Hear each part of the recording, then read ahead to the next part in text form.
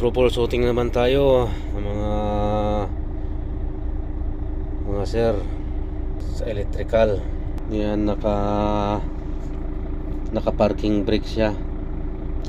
Dapat nakailaw yung sign ng parking brake. Tapos i-handbrake natin, nakikita natin ilaw siya. Dapat naka-steady, hindi siya mawawala. Yun, lumabas ng konti, nawala na kaagad. Dapat naka-steady yan pag naka parking brake tayo. Tapos subukan nating PTO. Yan. Yun, tumaas kagad yung RPM.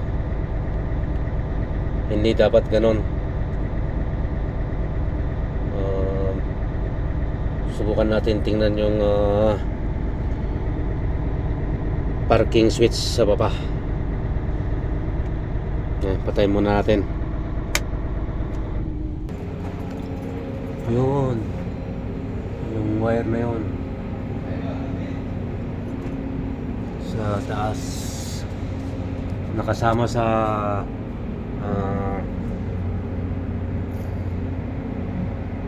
brake booster. Yan siya, yung may connection na wire dyan. Ayan, tingnan natin dyan kung bakit nuloko. Yan, sinubukan muna nating nirekta. Yan, rektaan muna natin para makita natin kung sa switch ang problema o sa electrical. Sa mga wire baka may naputol. Yan, tapos tingnan natin sa taas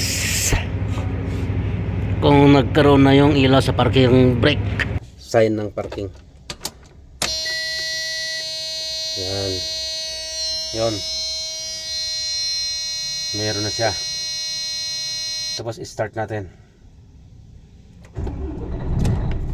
Yung yan, tapos PTO natin. Kasi kanina pag PTO natin dito, nag-RPM kaagad siya. Yan, subukan natin. Yan, naka-on na siya. Yun, wala, hindi siya tumaas yung RPM. Subukan natin palitan yung sa switch. Tapos pabalikan natin to. Pagka release natin dito, dapat mamawala yon, yung ilaw na yan sa parking brake. Yan, pagkatapos natin pinalitan, susubukan natin sa taas para makita natin kung sa switch nga ba ang nagkaroon ng problema. Yan.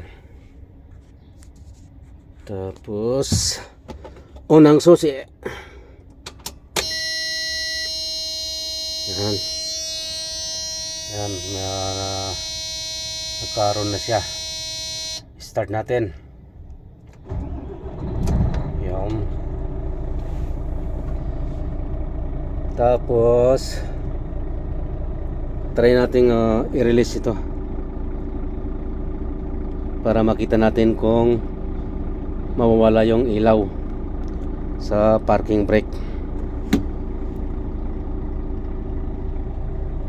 Yon, nawala. Ibig sabihin okay na siya.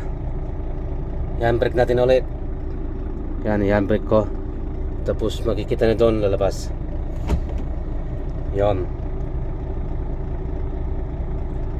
Tapos i-release natin ulit. para makita kung mawawala siya. Iyon, ibig sabihin goods na yan. Subukan natin yung PTO.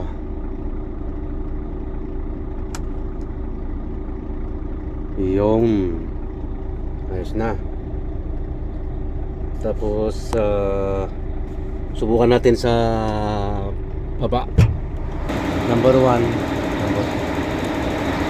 down. Tumasang natin. Yan. Tapos subukan natin dito kung iikot. Goods na yan, goods. Pwede nang bumiyahe.